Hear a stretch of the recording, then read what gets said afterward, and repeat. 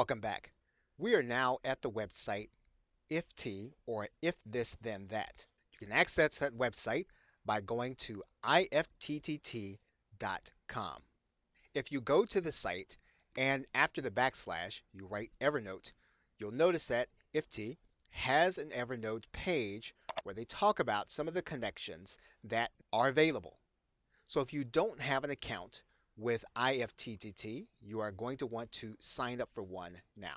Now you can choose to sign up with Google, Facebook, or sign up or sign in. And if you have a Gmail account, your sign up will be instant and you will already be given access to IFFTT.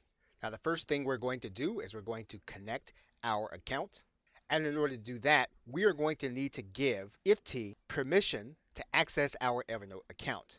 So we're going to do that by putting our Evernote account email address in this dialog box.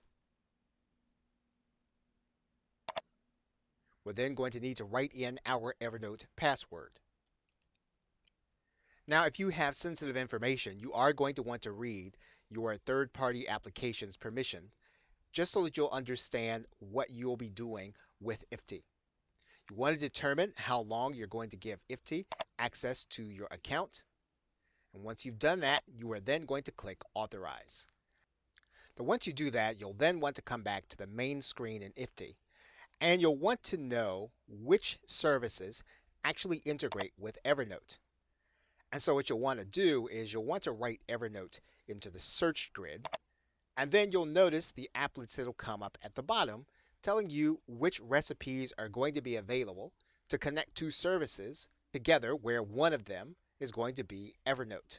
For example, you can sync starred emails in Gmail to Evernote, so that all you'll have to do is to go in, click star, and then that email will then show up inside of Evernote. You can actually create connections between Google Calendar and Evernote.